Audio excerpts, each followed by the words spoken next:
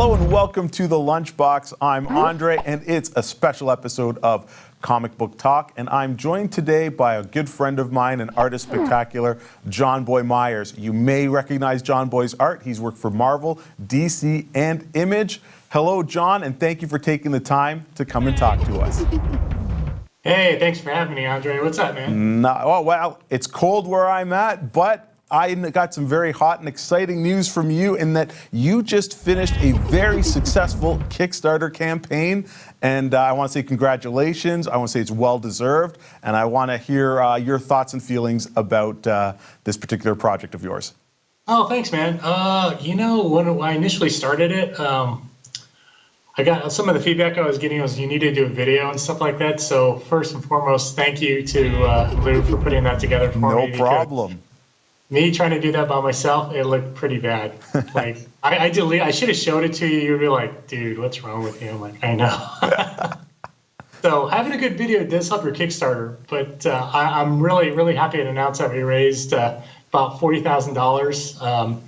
That goes to paying for printing and supplies, and then the rest goes to funding my creator own Princess Dragon Killer. So to each and every one of you backers, I greatly appreciate it. Thank you very much. And to you guys as well, thank you for putting together an amazing video. I've had so many people reach out to me as like, hey, do they do other videos? I was like, I don't know. So if you guys are looking for extra money on the side, definitely let me know. I can facilitate, make it happen.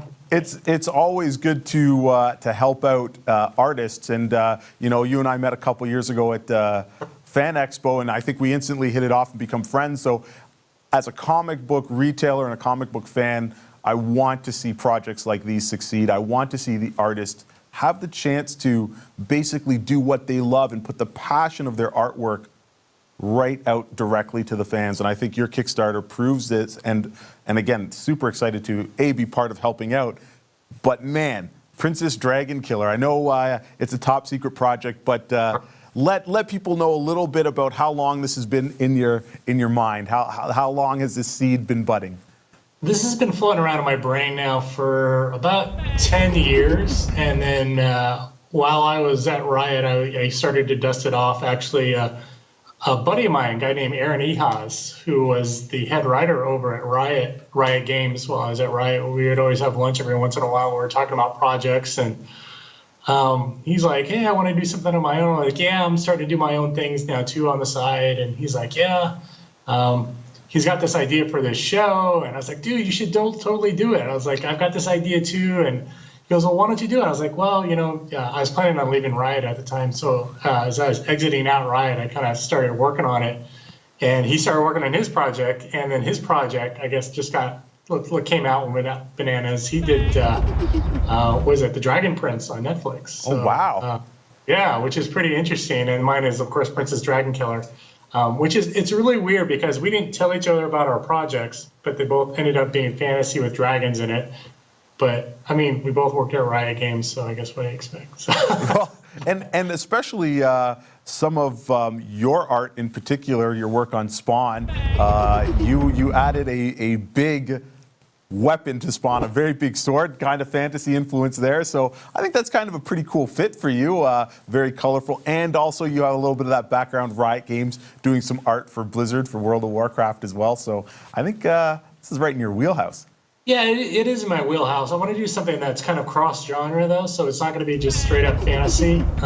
It is going to be like sword and sorcery, but with a twist. I think it's kind of been done to death. You know, like wizards and witches have been kind of done to death now in comics, too. So visually, I want to put a bit of a different spin on it. So when you guys do see it, it'll have a really high fantasy, high-concept feel, but it won't exactly be like, you know, wizards and witches and knights and stuff like that. Mm-hmm. It'll be something a little bit different, but hopefully it'll be something that people resonate with.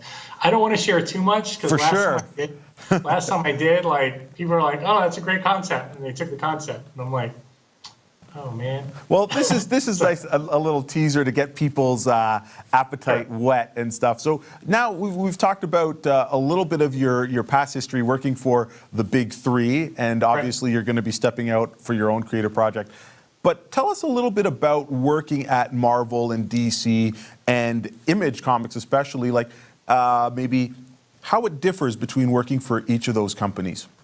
I think you're always going to have some form of editorial control. I think more so at the big two like Marvel and DC, because those things are actual brands and products. So when you work on a brand and product, they really, not to poo-poo anything, but it's very much a very defined sandbox. You know, they tell you what you can and can't do, how things are supposed to look, what they need to look like certain artists are only good for certain books. Like myself, I'm a very cartoony style, I have a very dynamic style. So it's probably going to lend itself to something that's a little bit more bouncier, a little bit more colorful. So that's kind of like, okay, you're kind of the teen book kind of guy. You're in this box here. Because it's really hard to like transition past that, because like Batman has a certain look and certain brand, like whereas Spider-Man has a certain look and certain brand. Right. The books are tonally very different, and the way they're drawn are very different. The content and the approach is very different. So I think when you're working with the big two, you always have to understand, like, hey, you know, if you're not working on a Batman title, you know, it's probably because your style does not quite fit the branding for that character. So you kind of have to take a step back and understand, like, hey, where does my art fit within that corporate wheelhouse? Well, because it's not about exactly how great you are. I mean, that always helps, having a following and being well known, but it's also like, does your style fit that brand? Because everyone has a certain vision for the brand. So it has to be this type of tone, this type of this, or they do make rare exceptions, of course, you know, but because it's always mainly drive-by sales. But of course, you'll never see, like, you know, a like, I don't know, Sergio Aragone's 12-issue Batman run with Tom King. You know what I mean? Yes. Just because I'd love to see that personally, just me, but it's just because that style does not necessarily fit that wheelhouse for that character. But if they did something where Sergio Aragonés did something with, like, maybe Batmite or Mixes Politalic or something like that, that kind of falls within his style wheelhouse, and people are like, yeah, we can, that falls within our branding. Whereas working in Image, you still have some editorial, because Todd was basically our editorial, and he gave a lot of guidance as far as the art direction and what he wanted. But of all the three, like, working over at Image was the most creatively fulfilling and fun, because Todd pretty much, to a certain extent, gave Paul Jenkins and I, like, free reign to do whatever he wanted to do, you know, which was great, because Todd said, hey, you know, if I don't like it, I could just take a couple paragraphs and say, yep, that doesn't exist anymore. And I'm like, oh yeah, that's great, that works. Just erase it from history. Yeah, it's gone. So I think for me, I've been doing this now for over 20 years, and I think I love working with the big two. They're great companies and they're great properties to work on. But I think creatively for me, this is why I'm leaning more towards creator on. It's just a simple fact that as a creator, you kind of want to do more. You don't like people telling you what you can and can't do, what you need to stay away from. Oh, this is too cartoony. Like, I think if you do your own thing and you make it your own thing, like, hey, look, this is like you unleashed. This is you doing what you want to do creatively. And I think at a certain point too, you know, as an artist, you kind of transition past just being an artist. You know, when I was on Spawn with Paul Jenkins and Todd, like, both Paul and Todd would listen to my ideas, and we would talk for hours about, like, you know, the direction of where we wanted to go. Because Todd understood, and Paul also understood too, that working in comics is a marathon, and you got to get your artist to invest in the book, but you also have to give your artist a chance to have input on the book, because Correct. He's drawing it. So if he's not good at drawing something like, you know, I am not the best at cars, look, you probably don't want to do a sequence where Jonboy has to draw 13 or 15 pages worth of cars, because that will probably kill him. Yeah. You know what I mean? So it's those types of things. But I think I'm at this point in my career where I would actually like to do more than just draw. I'd like to actually write as well, which is stuff that I did a little bit while I was on Teen Titans. The plot to the first arc, the Teen Titans Rebirth, was my plot. So I wanted to do more. They're like, no, this is good. And I'm like, okay. Working with Paul on Spawn and then being able to pitch a plot on Teen Titans, kind of, it's like, oh, I kind of like this, because you get a more of a say where you want to chart these characters. I mean, these are characters you grew up with, having a strong passion for and desire to, like, leave your mark on, not just visually, but adding a narrative onto that. You know what I mean? Which is kind of cool. Well, I think you've nailed it, because I think too many people in the industry don't really give artists truly enough credit as visual storytellers, but just storytellers. I call it, it's a collaborative effort. It's like chocolate and peanut butter. You're going to be good at one part, but you put the two parts together. If you get a team that's working and gelling, and somebody's listening to your ideas, and you're bouncing back and forth, that's when you get not from a good book, you transition to a great book. And I think if you look in the history of comics, there's some really fantastic storytellers that started off as artists, but really blew up and became good creators. You look at the guys like John Byrne, and you're talking about George Perez, and guys like that who, their art was really a defining moment, but it was when they collaborated. Look at Byrne and Claremont on Uncanny X-Men. Like that's a great thing. So I can feel you. I can hear that you really have a passion about, being able to tell the tale or put an imprint on a character that they just want you to draw, a certain way. And I guess it's a little bit too bad that you don't get kind of not full control, but to say that your style is limited to say only doing one type of book or another, because at DC Comics you did a ton of beautiful covers across the board, from Superman to Harley Quinn. You had some Batman, you had Titans. So across the whole board, I think personally your art style suits comics in general. Any type of superhero could do with your art treatment. I can't take full credit for those covers. Mark Chiarello, God bless him, was the one who actually offered that Superman cover gig to me, because I never thought in a million years that I would get something like that. Because Mark's like, yeah, I want you to do some covers for us. I was like, oh, cool, yeah. I was like, you sure? This is Jonboy Meyers, and I love Teen Titans, and they're a little mad at me right now. He goes, no, it's no problem. Don't worry about it. We're just gonna have you do covers. And I was like, oh, cool. I was like, well, what covers do you want me to do? He goes, well, I want you to do Superman. I'm like, okay, this is Jonboy Meyers. I draw like this. And he's like, no worries. It's like, we want to do something that's a little bit different, because I think Mark Chiarello is one of those types of art directors where he's like, hey, look, if you're getting one type of style on the cover in the book, we should give something that's kind of like the exact opposite, because the idea is to pull in readers. So if you can get somebody to pick up just because they like the cover, eventually they're going to start reading the interiors, and that's how you hook people. So right on. Very, very smart dude. So I'm always thankful for that. And yeah, I wish artists would get more credit for the things they do, because right now it is a writer's market per se, because the narrative is everything, especially in Hollywood right now, because narratives can be anything. They can be a comic, they can be a song, they can be a novel. So there's more emphasis posed on the story and the story development versus an artist who actually contributes to the visual narrative. Because like for all the work that we do, like, designs done for the Marvel movies in the comic books actually inform the designs for the movies.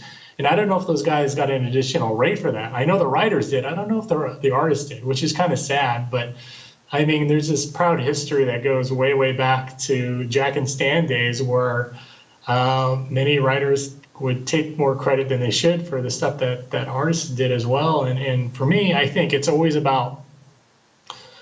it's not about the individual on a book that makes it great. It's about the team effort on a book, because you talk about Byrne and Austin, but you also, or Byrne and Claremont, but you also talk about Terry Austin. Right on, yes, his inker, yep.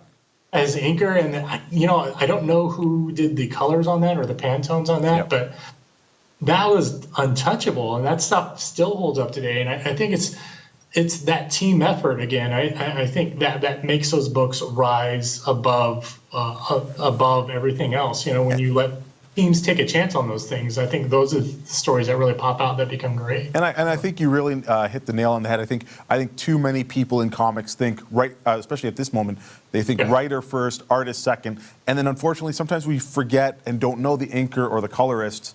And a good inker really can bring out somebody's art, especially if those two people work together and they've got like a really good rapport. So I think, we got to give more due to those people that are, again, it's a team effort. Nobody's winning that game by themselves. And when you get, again, a book that's pure magic, it's because the team worked so well together. And letterers as well. Letterers, yes. Everybody who's part of the team. Yep. Yeah, so let's talk a little bit about, since we're talking about teams and comic books and artists, who are you really following and loving right now today? Like, what books on the market are you just jonesing for?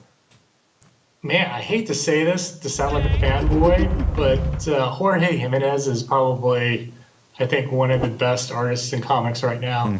I don't really like him pairing with Scott Snyder too much. Not that I don't like the stories that they're doing. It's just like I love the stories that Pete Tomasi, and Jorge did together. And I kind of see that to continue. So I'm picking up a lot of stuff that Jorge's drawing just because Jorge's amazing.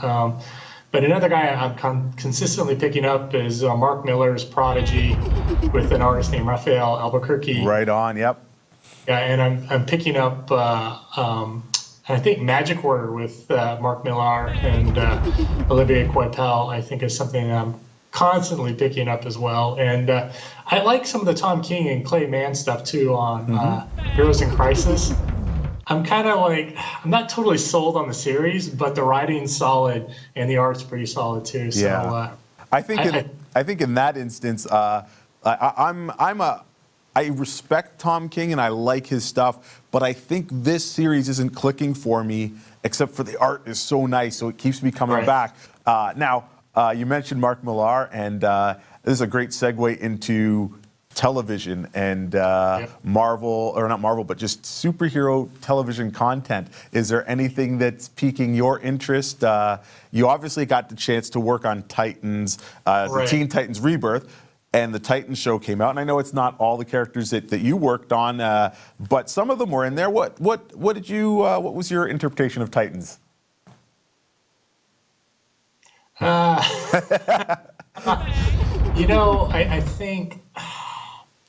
I think when you have a show like that that's centered towards teens, it should be kids doing big things. I watched a couple episodes and it was kind of like a lot of angst in there, and it's kind of not kids aspiring. Like the Teen Titans, like the core of the Teen Titans, if you understand it. And I understand Jeff Johns was behind this, and they're not a knock at Jeff, because this is Hollywood, so you have like a lot of different people, a lot of cooks in the kitchen, but. I think talking to Marv Wolfman, and he told me this, and he said, look, the main thing you need to understand about Teen Titans and what makes it work is it's young people doing adult things, trying to do great things and aspiring to do great things. That's what they want to do. They don't want to be treated like kids. They want to be treated like adults. They want to do adult things.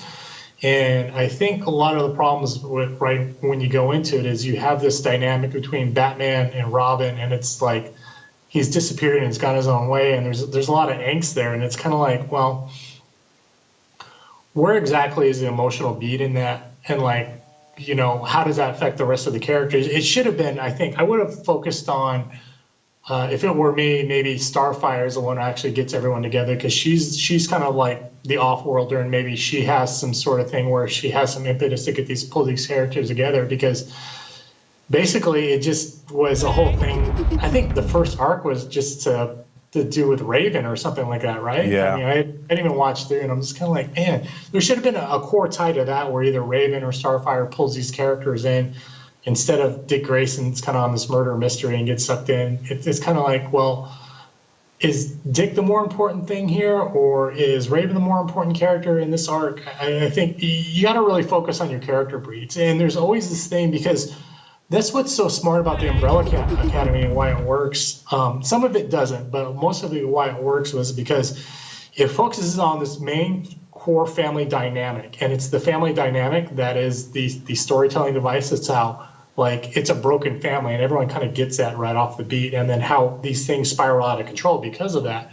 And I think they stay on that thread, and it's that core family the whole time. And I think for me, Titans kind of, it fractures a little bit, and then you have Batman kind of show up at the end and be doing some non-Batmans. It was just like... It felt really disjointed, I felt, and I think you're exactly right. I think tonally they missed the ball, and it was a hard watch for me. I stopped 3 times. I stopped after the 3rd episode, after the 6th episode, and I really had to try and power my way through it. But I think, again, not to knock the creators, and maybe their whole idea was we wanted something different than what we know as Titans. So maybe they were trying to multi-brand the Titans. But as comic book fans, it